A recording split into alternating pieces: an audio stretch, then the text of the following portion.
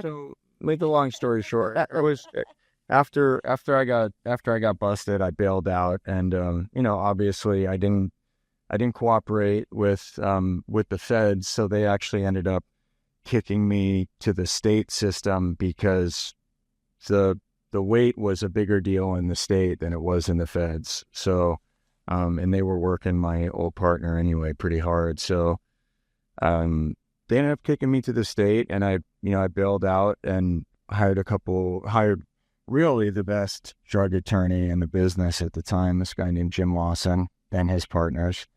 And I just dug my heels in and began to fight it because my indictment was for 12 to 15 years. Wow. Because they had conspiracy charges, just the way they structured the bust. They actually had me break up the load and drop it off and then charge me with 2 counts of trafficking, which everybody listening, when you get that funny feeling, people, listen to it. Just fucking drop the bag and look out. So yeah, and so it was 2 counts of trafficking over 100 pounds in the state, which is mandatory 2.5.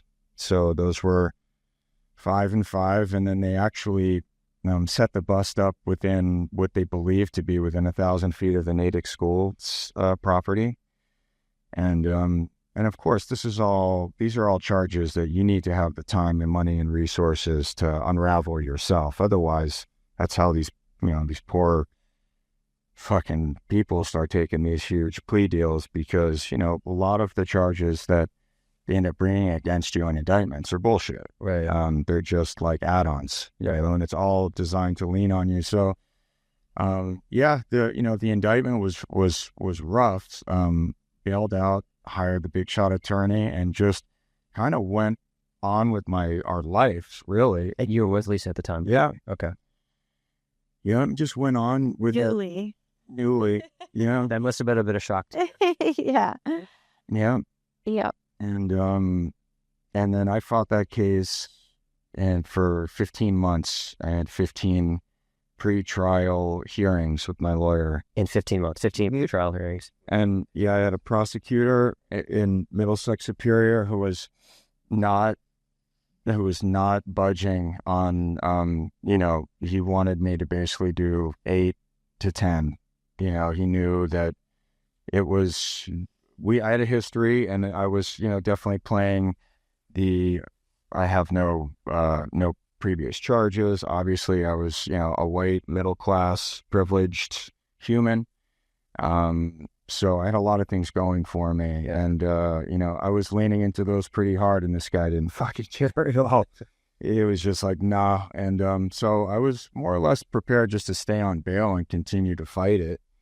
And then in the meantime, we were home folding paper cranes as basically a karma generator in order to try and create some good fortune around this legal situation, because it was dire. It was, at the time, I was trying to mentally prepare myself to do like an 8 to 10, because if this guy didn't budge, then that was it. Either that or, move to Morocco. And I was thinking about doing that too.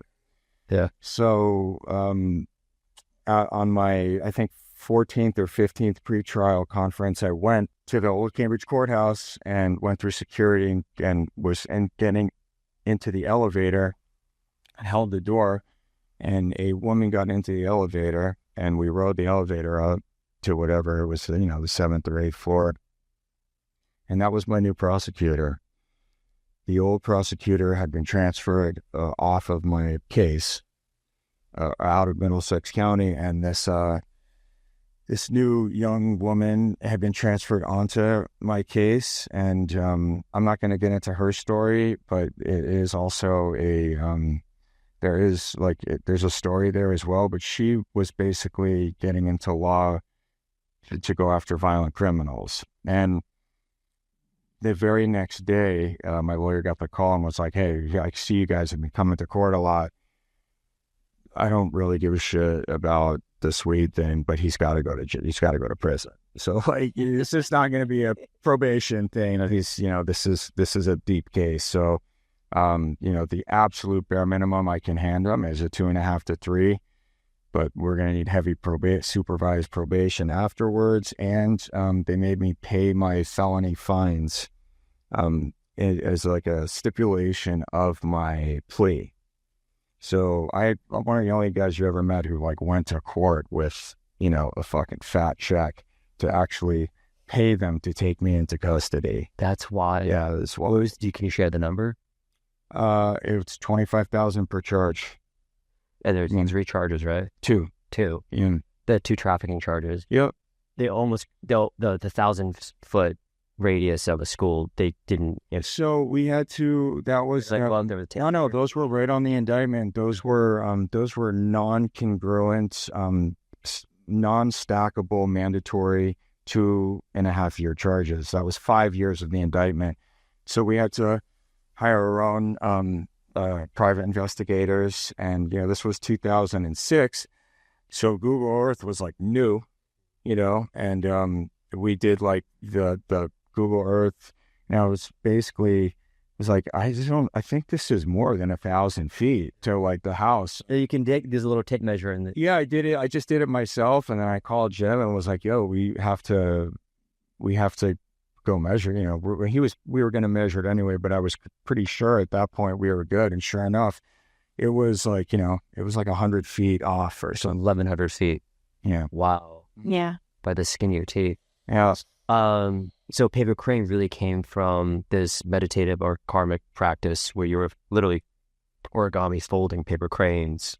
Yeah, we're folding the little birds just nonstop, like in all of our free time.